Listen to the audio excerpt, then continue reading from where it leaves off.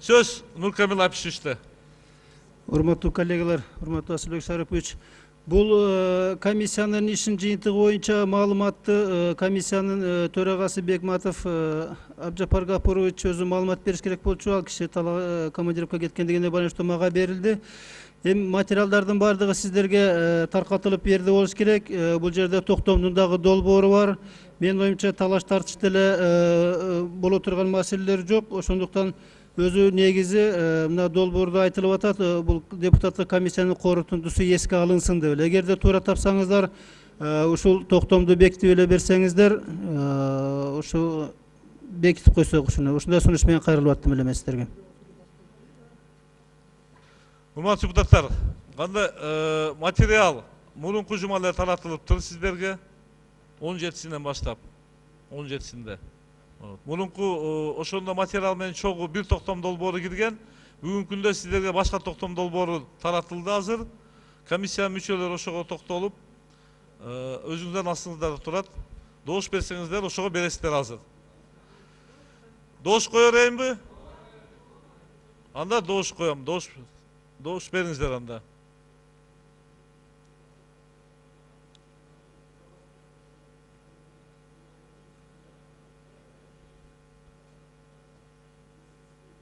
Ne gibi?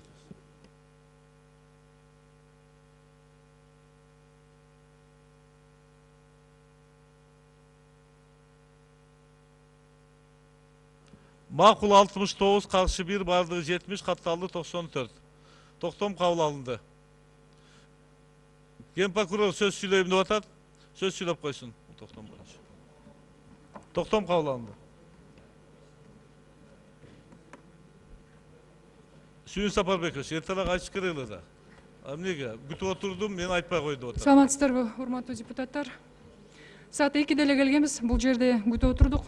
Биздин маселебиз башталса айтып коет да, бирок айтылгандан кечирим сурайм. Азыр атайын даярданып келгенден кийин кыска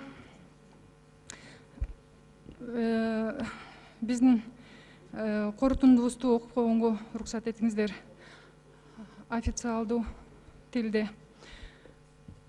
Изучение заключения Временной депутатской комиссии показало, что в ее основу были положены показания Кельдибекова, Ахматбека Кельдибековича, данные им по данному факту, по факту создания спецпредставительства. То есть, в принципе, никаких новых доводов нет. А это вот те показания, которые он давал конкретно по этому уголовному делу. И эти показания, они были полностью опровергнуты добытыми в ходе расследования доказательствами.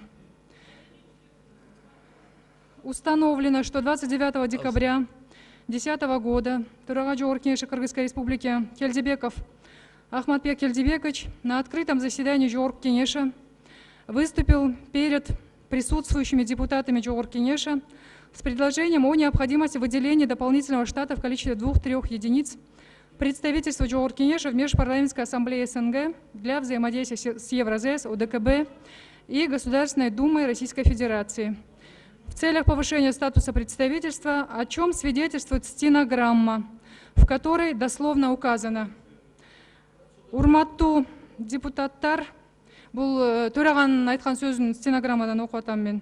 Биз парламенттик форма правления өткөндөн кийин биздин өлкөбүз, мен мына МПАда гана бар, ошол эле МПАдагы өкүлдүн кичинекей статусун которуп, ага 2-3 штатты кошуп берип, Евразесте болуш керек, ОДКБда болуш керек, Думада болуш керек, СНГ маселеси боюнча болуш керек. Ошонун бардыгын бир МПАдагы представительский жүктөп, 3-4 штат кошуп, мунун полномочиясынан кичинекей чоңойтуп берейин деген ой деп айткан экен. Айда Жешпековна. Ну, дайте дочитай до конца. Айда Жешпековна. Үчүнчү микрофон. Аз бар Урматтуу Асылбек Шарипович, урматтуу депутаттар, урматтуу Айда Жеңишбековна. Биз азыр Жогорку Кеңештин убактылуу комиссиясынын мүчөлөрүнүн, мындайча айтканда, корутундусун бекиттик. Бул жерде эч кандай прокуратуранын, соттун же башка бирөөнүн эч бир бул жерде маалыматынын кереги жок. Бул жогорку кеңештин өз иш-чара процедурасы. Мисал үчүн бул өзүбүздүн жогорку кеңештин түзүлгөн комиссиясынын мына убактылуу комиссиясынын корутундусун гана угуп атабыз. Ошон үчүн мен ойлойм, бул жерде башкы прокуратуранын эч кандай маалымат беришинин кереги жок. Алар иликтеп атышат. Иликтей берсин, бүтсүн, сотко тапшырсын, сот чечет. Күнөөлүүбү, күнөөлүү эмес. Азыр бул жерде биз сот залына айландыра албайбыз да биздин парламентти. Ошондуктан мен ойлойм, азыр башкы прокуратуранын маалыматынын кереги жок, урматтуу депутаттар. Токтом кабыл алынды. Токтом биз жөнөтөбүз. Тиги соответствующий государственный органдарга. Анан, пожалуйста, текшере бергиле. Мен мына ушундай кылбайлыбы, биз өзүбүздү өзүбүз сыйлабайлыбы? Жогорку кеңешти каалаганы келип эле ушинтип тебелеп биздин ички процедураларга дагы кигилише береби? Урматтуу Асылбек Шарипович, бул туура эмес болот. Мындай кылбайлык, урматтуу депутаттар, сөздү көбөйтпөй. Жок, сөздү көбөйтпөй, ачык айтайлык. Аида Жеңишбеков, канча минут сизге дагы? 15 минут берсеңиз болот. 15 минут көп. Хорошо, 10 минут анда. Мындай кылайлык, урматтуу депутаттар, эртең сөз болот. Мындай чакырбайлы, сурабайлы, айттырбайлы чечим кабыл алып койду депчи. Ошон үчүн мен сураттым, эмнеге келген жоксуз депчи. Сөз берип туруп унчукпай кетип калып кандай дейсиңер? Чечим кабыл алынды. Сөз бериш керек да. Асылбек Шарипович, негизи официалдуу чакырылгандан кийин негизи экинчи 5 микрофон азыр. Рахмат. Нарматова Атажурт, ошо комиссиянын мүчөсү катары мен айтып коеюн. Аида Жеңишбековна, биз жогорку кеңештин ичинде бардык материалдар өзүбүздө болгон үчүн биз эч кимди чакырып, эч кимди сураган жокпуз. Ошол Москвадагы өкүлчүлүктө иштегендерди гана чакырдык. Экинчиден, ошол өкүлчүлүк түзүлгөндө сиз президенттин өкүлү болуп ушул жерде отургансыз. Сиз дагы ошол жерде тиешеңиз бар, ошол туура эмес болуп калган болсо. Экинчиден, биз комиссиянын эч кандай чечими болгон жок. Биз сырттан прокуратураны чакырайлык же башканы чакырайлы деп аппаратка кайрылуу жасаган жокпуз. Ошондуктан бул жерде биз өзүбүздүн ички кухнябызды, өзүбүздүн көз карашыбыз менен комиссиянын өкүлү чечимибизди чыгарып бердик, депутаттарга таркатып бердик. А сиздин биз кылмыш жагынан биз ой жүгүрткөн жерибиз жок. Өзүбүздүн жогорку кеңештин ичиндеги саясий чечимге биз өзүбүздүн баабызды берип атабыз. А сиз канчалык деңгээлде кабыл аласыз, ал сиздин ишиңиз. Ошон үчүн келип алып туруп жөн эле зордуктап кирип алып билдирүү берем дегениңиздин өзү деле этикага жатпайт дейм. Аида Жеңишбек, кичине Кудайдан коркуңчу кичине. Сиз энесиз, аялсыз. Асылбек Шарипович, официалдуу депутаттар, зордуктап киргизип алып деген ал туура эмес. Комиссиянын жыйынтыгы, комиссиянын жумушу, Ген прокуратуранын жумушу менен связаны. Эми айтканын айтып койсун, укугу бар. Урматтуу депутаттар. Асылбек Шарипович, айтып койсоңуз, официалдуу чакырганыңыздарды мен өзүм келип алгандай эле болуп атат. Айтсаңыз, телефонограмма менен атайын чакырганыңызды. Комиссия каралып аткандан кийин официалдуу түрдө чакырылат. 6 микрофон. Рахмат. Урматтуу депутаттар, мен жогорку кеңешти кухня деп ойлобойм. Бул кухня эмес. Бул жогорку кеңеш Кыргыз Республикасынын жогорку кеңеши биринчиден. Экинчиден, биз мамлекеттик институттарды сыйлашыбыз керек. Ушул жерде генеральный прокурор келип бизге информация берип атса, биз өзүбүздүн поведениябызды көрөлчү, со стороны посмотреть надо на это поведение. Это вообще безобразие, я считаю, так выступать. Биринчиден, экинчиден. Үчүнчүдөн, көпчүлүктүн мнениясы да бар да, Асылбек Шарипович. Вы неправильно сейчас повели себя. Вы прервали выступление Генеральной прокуратуры и предоставили слово. В конце концов, есть понятие этики. Нужно было дождаться выступления, а потом... Если не дают ей говорить, не слышно, что делать? Сейчас дадим ей слово. Отургула, урматтуу депутаттар. Очередиңиз эми келип атат. Бул жерде бизге көрүнүп турат экен. Мына экинчи микрофон. Аттабай эле берип атабыз, үчөөнү эле бердик. Карабайсызбы? Уят деген болот, урматтуу төрага. Мен баягыдан бери турамын. Биринчи чыккам, экинчи жылдыздан кийин. Эмне сиз тандап берип атасыз? Мына ушунду мамлекетти жоготосуңар. Биз эки революция жасаган эмеспиз, диктат орнотобуз деп. Урматтуу төрага, мен сизге айтып атам. Урматтуу коллегалар, бул жерде не деген Жогорку кеңеш болуп калдык биз.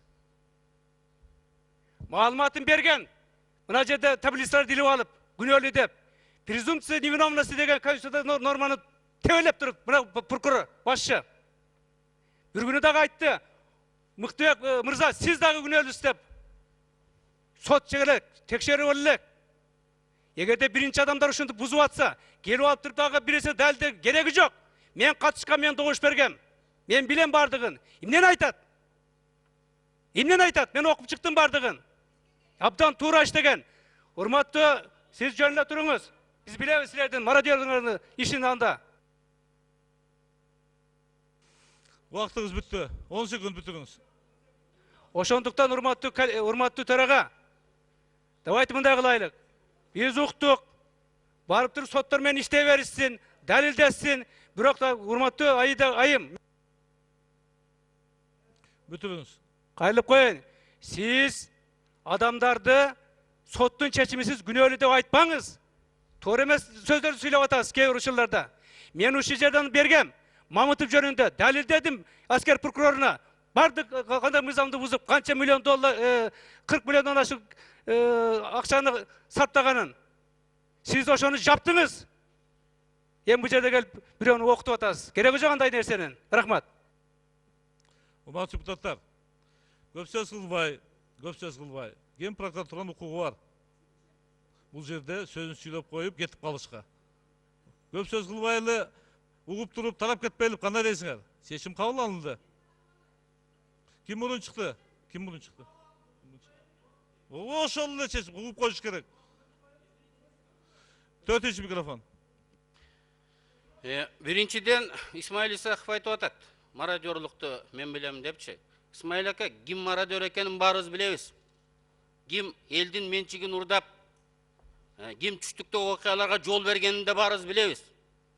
Аны иликтөөлөр дагы, официалдуу документтер дагы тастыктаган. Ошол окуяларга ким жол бербей, жоопкер ким экендиги дагы мыйзамда тастыкталып, чечимдерде көрүнүп турат.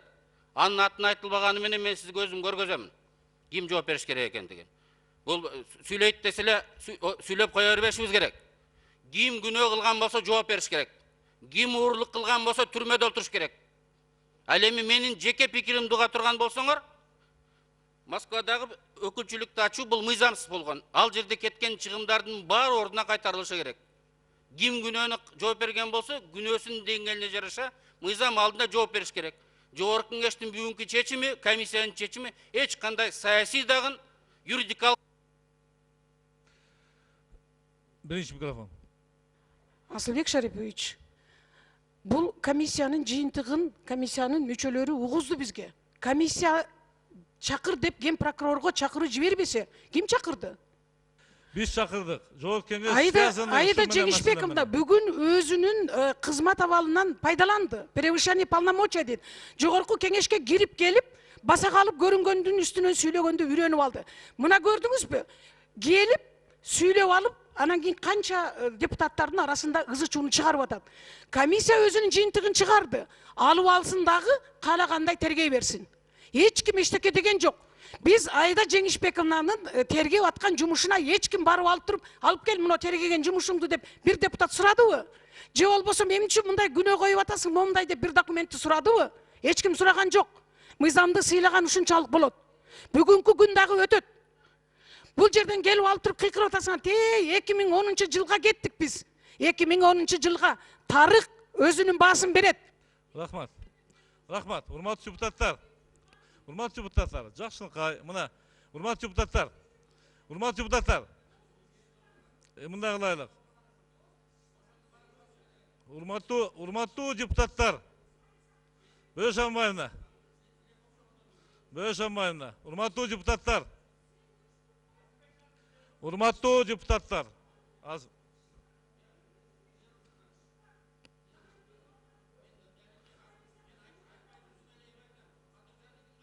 Ömrük Çirkeş. Unçpaylı oğlaç, Ömrük Çirkeş. Unçpaylı oğlaç. Urmatlı deputatlar. Жогорку кеңеш тарабынан дагы бир жолу айтам. Урматтуу депутаттар, жогорку кеңеш тарабынан түзүлгөн комиссиянын жумушун сыйлап бардыгыбыз эске алынсын деп чечим кабыл алдык. Туурабы? Эми ген прокуратуранын укугу бар. Өзүнүн сөзүн айтып коюп. Ошо менен тарап кетет элек. Эмне көп сөз кылабыз ушул кичине нерседен? Үчүнчү микрофон. Рахмат Сулайманов. Асылбек Шарыпович, чечим кабыл алынды. Эми чечимди кабыл алган. Токтоп тургулачы убактымы? Токтот. Мага 2 минут бергиле, эмне 1 минут берип атасың? Башына бергичи. Мыналар бүтүп алсын, жана мен сүйлөйүн. Бүтүп алгылачы. Бүттү, сүйлөңүз. Бүткүлө. Анан сүйлөйүнчү. Сүйлөңүз. Алдыбек Тургулбаевич. Башына берип койгулачы, мен убактым жөн эле кетти. Кайдан бергиле? Асылбек Шарыпович, чечим кабыл алынды. Бул чечимди Жогорку Кеңештин чечимин юридикалык бага эби же саясат бага эби саясий Өмүрбек Чиркешевич азыр өзү парламентте отуруп турушундай айтып койду. Бирок биз билип турабыз, прокуратура, сот буну чечимди кабыл алабы албайбы? Биз кабыл алып койдук. Эч кандай өзгөрүү азыр болбойт. Ошондуктан прокурорду угуп коелу, суроо жоопту токтотуп эле таркап кетели. Бол, башка эчтеке кыла албайсың, уже кетти. Ызылдагандан иш эмес жок. Эң туура айтылды. Азыр прокуратураны угабыз, анан кетебиз. Урматтуу депутаттар, башка экинчи микрофон. Жок, 5 экен. 5 анан 2 экен, кечирип коесуздар.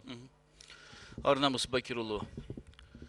Урматтуу коллегалар, Алтынбек, сен жанында сүйлөй алган жоксуң, мен да азыр сүйлөп атам. Кичиме сүйлөп алайын, кечирип коесуң. Үзүр. Урматтуу төраға, башкы прокурордун сөзүн бөлүп коюп эң туура кылдыңыз. Мен дайыма айтам, эки кемчилигим бар. Кеч калам жана мыйзамга өтө эле баш ийем деп. Биз комиссиянын чечимине добуш бердик. Эми комиссиянын чечимине добуш бергенден кийин аз укканыбыз не пайда? Биз азыр кайтып келип туруп, комиссиянын чечимин жокко чыгарышыбыз керек, анан кийин угушубуз керек. Рахмат. Ошон үчүн урматтуу төраға. Эми регламент боюнча кетсек, анда жана башында комиссияга добуш берген жокко чыгарып, анан кийин угушубуз керек. Азыр не пайдасы бар, мен түшүнбөй атам ушуну. Рахмат. Уктук. Экинчи микрофон. Урматтуу төраға, урматтуу депутаттар, мен деле Алтынбек Сулайманов коллегамдын сөзүнө кошулайын дедим эле. Негизи чечим албетте кабыл алынып калды, бирок ачык айтып коюш керек. Өткөн жумада дагы күн тартибине киргизилгенде ушул маселени шашпай карайлы деп күн бүтүп калганына байланыштуу. Атайын суроолорубуз бар эле, ошол депутаттык комиссияга бир топ суроолор бар эле, карап койсок, угуп койсок жакшы эле болот эле кеңесир. Ошондо мындай туурарак эл дагы пикир алат эле, биз да пикир алат элек. Эми баары бир болору болуп калды. Ошондой болсо дагы Алтынбек Сулайманов айтканда аягына чейин чыгарып койсун, ошо менен бүтүрөлү анда. Рахмат. 4-нчү микрофон. Рахмат. Урматтуу депутаттар. Өзүңөр постоянно айтасыңар, ушу бир жактуу болбосун, объективдүү болсун дейсиңер. Анан кийин мына токтомду кабыл алдык. Эми башкы прокурор келгенден кийин мамлекеттин башкы прокуратура деген конституционный орган ошонун жетекчиси келип атса, укпайбыз сени, давай кет деген бул туура эмес, бул тартипсиздик биз тараптан, урматтуу депутаттар. Аны угуп койгондо эмне болот элек? Токтомду кабыл алдык. Бир жактуу болбосун, угуп коелу, эчтеке болбойт анда. Угабыз азыр. Угабыз. Канча чыксаңыздар дагы сөз берем, угабыз. Биринчи микрофон. Урматтуу төраға, мен чыкпайт элем. Урматтуу Өмүрбек Чиркешев. Сабырдуулук менен, Исмаил Сагыр, сабырдуулук менен Өмүрбек Чиркешев айтып атат. Эгерде ошол жерде мен болбосом, бүгүн бул жерде отурбайт эле. Аны Кудай кааласа келечекте баалайт. Угуп туруңуз да, мен аягына бүтүп алайын. Сиз аракет кылбаңыз да өчүргөндү. Мен билем, атам экен башкы прокурорду аябай жакшы колдогон, ошон үчүн айттым. Колдоп жүрүшөт. Өчүрбөй турам, мен өзүм күнгүзүп атам. Себеп дегенде азыр мындай болот, урматтуу төраға. Биздин айткандардын бардыгы берилбейт. Телевизордон урматтуу Айданыкын айтып тура берет. Бул информационный оболвание деп коет. Ошондон кереги жок. Булар айтып бүтүштү. Бардыгын биз айтпадыбы? Тизмелерди илип туруп канчалык схема деп. Адамдарда күнөөсү жок, соттун чечмешени жаманда уже көз сыйпап койгон. Ал эми качан өзүн тазалайт, аны билет. Ар ким ошонун ордунда болбосун. Адилеттүүлүк болуш керек да. Сот чечим чыгарганда гана 10 секунд. Чечим чыгарганда айт керек, ошо сен күнөөлүсүң деп. Ага чейин эле бардыгын күнөөлүү деп уруп ташташпадыбы? Эртең эле сизди, муну отургандардын бирөө жазса, туура болобу? Болбойт да. Рахмат. Рахмат. Кандай капаш? Мен сөз берейин, сиз түшүнөсүз го. Мына сөзүнөн отказ кылды. Рахмат жок, кандай капашыч. Урматтуу депутаттар, 4 башка сөз берилбейт эч кимге. 4 комиссиянын 4 müçösü 4 ay işlep bugün jıyıntığın ap geldi. Al жерде Атамекен фракциясында мүчөсү бар, Арнамысты мүчөсү бар, Республиканын Атажұрттың. Ошо төртөөнүн жумушун сыйлап, бир гана эстип калган мүчөсү жок. Ошо төртөөнүн жумушун сыйлап бүгүнкү күндө токтом эске алынсын деп кабыл алдык. Эми Ген прокурорунда укугу бар. Сөз сүйлөгөнгө бул жердечи. Комиссиянын жыйынтыгы боюнча. Ошон үчүн, урматтуу депутаттар, Ген прокурордун сөзүн угабыз дагандан кийин суроолорсуз анан кетебиз. Сөз сизде. Бере албайм болду.